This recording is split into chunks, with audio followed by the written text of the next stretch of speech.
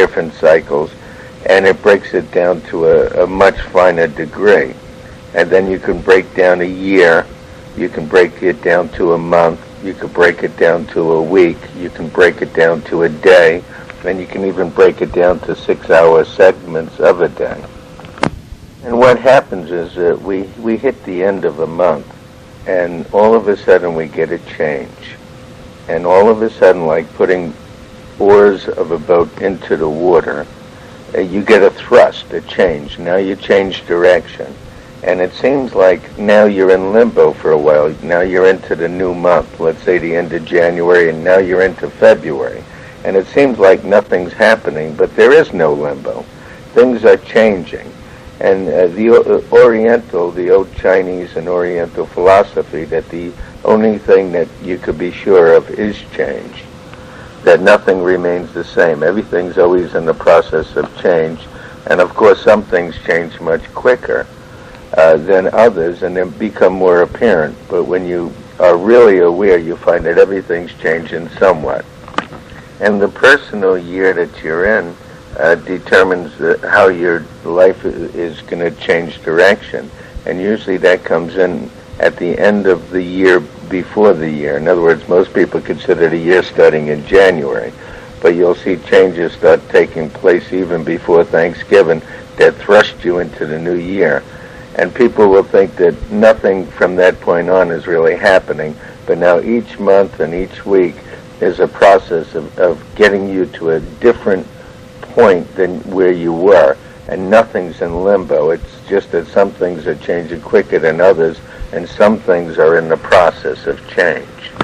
Now, when I take someone's personal year that they're in, the number and the planets, I always convert everything to planets, and then I convert it to a secret formula, which I developed years ago, but I'll go into that a little later on this tape. And I add it to their age digit.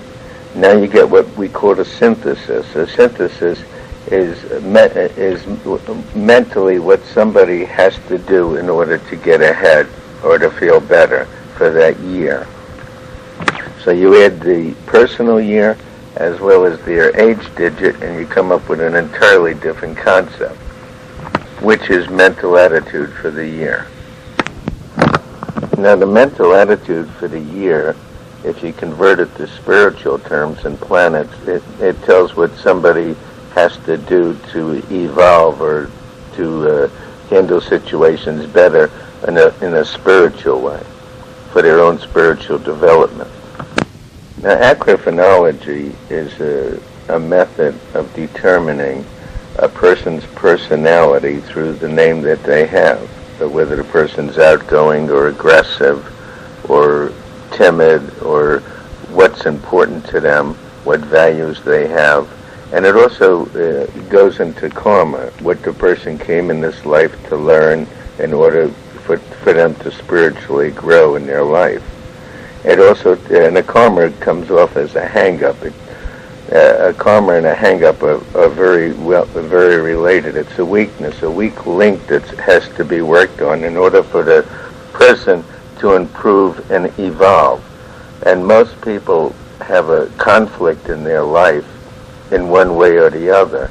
And some evolve as a result of conflict. They do better, they grow, and they grow spiritually. And some degenerate as a result of the same conflict.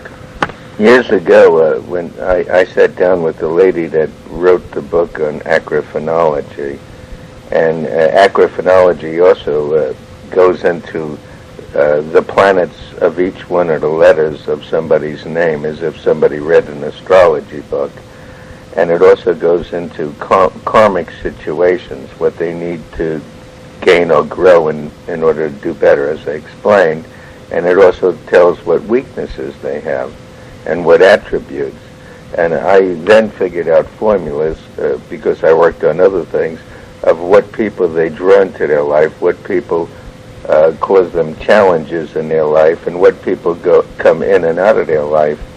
And some people have similar situations, but when you round up the whole chart, no two charts are the same. There may be some similarities, but there's also a lot of differences as well. A lot of actors and people in show business change their name in order to, and the only thing they're really changing is their public image. Their propensities, their tendencies from the time they're born haven't really changed internally. They've only changed their image, which they really want to do. Now, when somebody does standard numerology, it tells how things appear from the outside looking in, but when someone knows the Kabbalah, which I use in addition to numerology and acrophonology, etc., it tells how things are from the inside looking out. Things are not always as they appear. A person may be looked at as a fun person who's really having a lot of problems internally, but somebody wouldn't know that just by looking at them or talking to them. They hide things very well. And the old expression is everybody has skeletons in their closet. Well, there's different varieties of skeletons as well. So the Kabbalah tells how things are behind the scenes.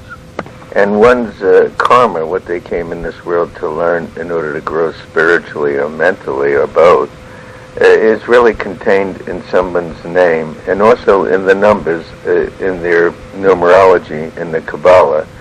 And also the fact that they have missing numbers is also another factor. The missing numbers are weaknesses, weak change in the link. And how many missing numbers they have also determines how they'll react in an emergency when something goes wrong. And I usually include that information when I do a long-term reading. Now, the psychologist Jung talked about synchronicity.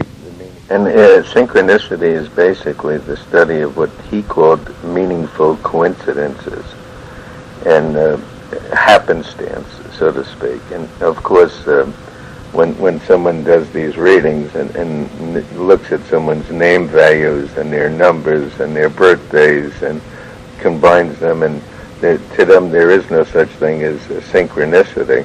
There's only synchronicity because people aren't aware of what's really happening behind the scenes. Another concept is when you take two people's birthdays and you put them together, it forms a third personality. That's why someone will have a relationship, friendship, love relationship, family relationship with a person, and they'll have one kind of relationship, and then with another person, it'll have a whole different chemistry. And the reason is when you put two birthdays together, it forms a third personality. Now, when I do readings, I also use American astrological references as to periods of time when someone's born. And I usually just say the end of February through March or the end of December through January, and it makes it kind of easy. I also use Oriental astrology, which is like the sign of the horse or the sign of the rooster or the sign of the dog or whatever. And in certain cases, they have different names for two different Oriental countries. We use two different names. One will call it the ox and the other will call it the buffalo. Or they'll call it the goat and the sheep, or the cat and the rabbit. And the Orientals assign different personalities to each sign that they attributed to a different animal, such as a horse or a snake or whatever. And also there's another factor, whether somebody's born in a fire year or a metal year or an earth year or a wood year. If you have somebody born in a wood year, as an example, if they're in a wood year, they're just floating right along. If they're in a metal year, metal chops wood and splinters it, et cetera, et cetera. But